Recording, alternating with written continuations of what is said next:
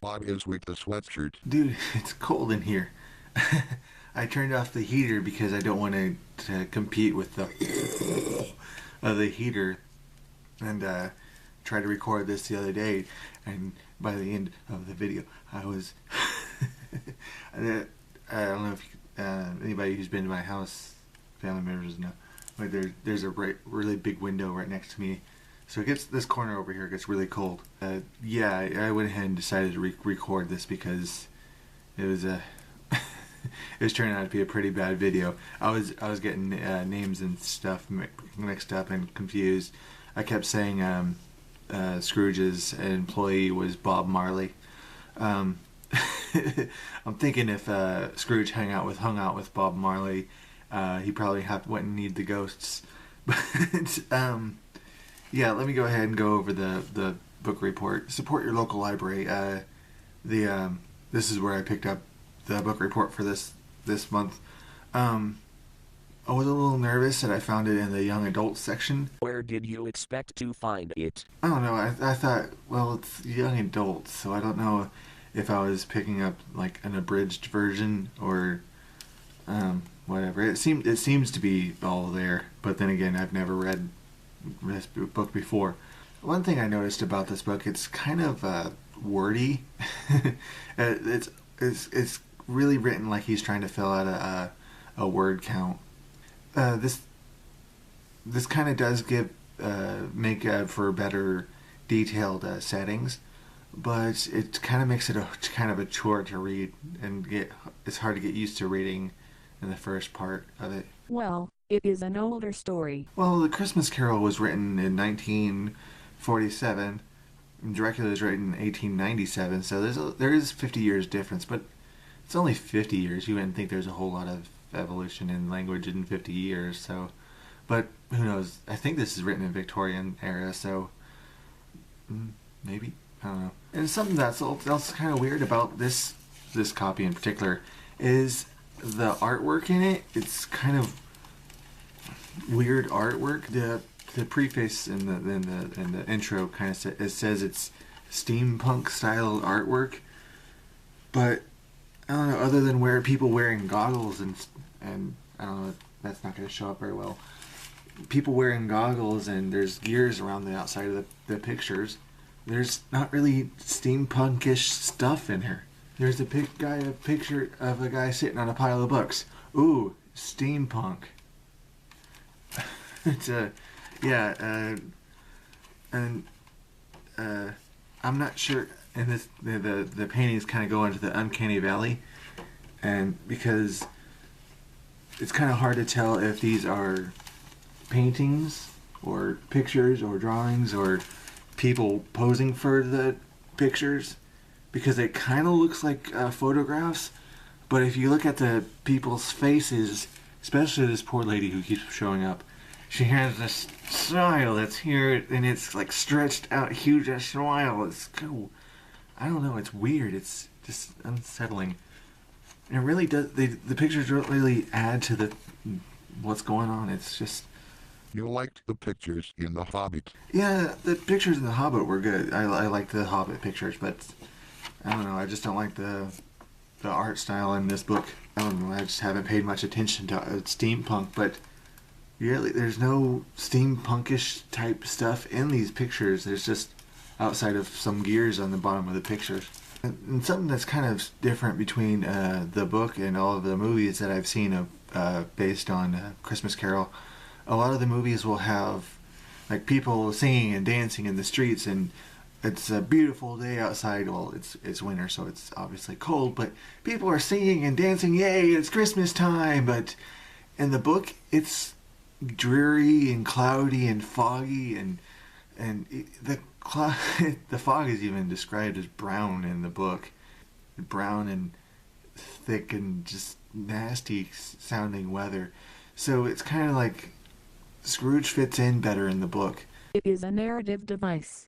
Yeah, I kind of guessed that the old crotchety Scrooge kind of in the movies, it kind of separates him out from the general crowds, kind of shows this guy seriously has a problem, but in the book he's just kind of yeah, he's kind of an a-hole, but it's not really. If they made a movie about this book that was more accurate to the book, he wouldn't. People would say, "Well, just leave this guy alone. It's a horrible, crappy day outside." And well, it's not really, and it is in the book, but what's also kind of strange is Jacob Marley, the first ghost that kind of tells him about the other ghosts coming up to him, says the three ghosts are going to come up in the next 3 nights. But the book seems to take place over one night, over Christmas Eve that one year. So it's kind of strange. And, well, Scrooge does say, hey, can I get them all at once, just to save the hassle? Maybe they went ahead and came all at once. And I guess they kind of do have the ability to kind of warp time a little bit, too, because the first ghost comes in, and he'll go to bed, and the ghost will come in, and it'll be a certain time. He goes off for a couple hours with the ghost, comes back home, goes back to bed, and then wakes back up at a different time. It's like, and the next ghost comes up and does his little lesson thing. So it's kind of, maybe they did come over. Maybe his request to do it on the same night was listened to, but it's like, how much can the ghost be bargained with? It's like, hey, you'll get a ghost the next 3 nights. Well, can I just do it all at once? Yeah, sure. Yeah, the ghost of Christmas Past was the first one to show up. It's described as a itty bitty little thing, and it's kind of funny in the book. The first thing that Scrooge thinks to do is throw his hat over him. It's like, oh crap, it's a ghost. Nope. Go ahead and just put his hat over it. It doesn't seem that he actually did that, but he did think about doing it. You know, the Ghost of Christmas Past kind of showed him all of in the past about how different people were trying to be nice to him, but he was too wrapped up in his own concerns to appreciate the joy of people helping him out. And he might have had a bad childhood, kind of lead him to that, but honestly, I don't really remember much of the Ghost of Christmas Past. But I think I was still trying to get used to Mr. Dickenson's writing style. The Ghost of Christmas Present is it's kind of a clever thing. It has a whole bunch of symbology and stuff going on with him. For instance, the ghost is described to be a giant, which, yeah, the present is kind of the most important time in anybody's life is right here, right now. And it's also kind of impressive that Mr. Dickens writes that the present at the end of the lesson for Scrooge is dying. He looks like he's passing away, and he says that he has thousands of brothers and sisters, or I think just brothers. But anyway, yeah, thousands of siblings. It's like each ghost has each day is a ghost that is here and then passes away. So that's just kind of clever. A lot of clever stuff going on with the Ghost of Christmas Present. And the Ghost of Christmas Present, he really took Scrooge out to show him that people were just out and enjoying life. Even the people that didn't have much to spend for their enjoyment of Christmas. Something that's very, very interesting. They never mention any presents. They'll mention food. They mention all kinds of food during the Christmas presents. But they never mention like toys or gifts or anything. And so it's kind of interesting that you can still be out and enjoying and having fun with Christmas even though you're not buying a whole bunch of gifts and stuff. Because you can still be out and living a blessed life without having money to spend for the blessings. You know, the Ghost of Christmas Future is actually kind of my favorite spirit. Wow, really? Yeah, he never says the single word to Scrooge. He just points to where Scrooge needs to go and lets Scrooge figure out his own lesson. it was a little brutal that the Ghost of Christmas Future shows Scrooge's own dead body. Yeah, it's kind of why I kind of figured out that I got the full version. Because yeah, it is in the young adult section, but somehow I don't think they'll be right. Could have left that part out if they were gonna try to make it safe for kids.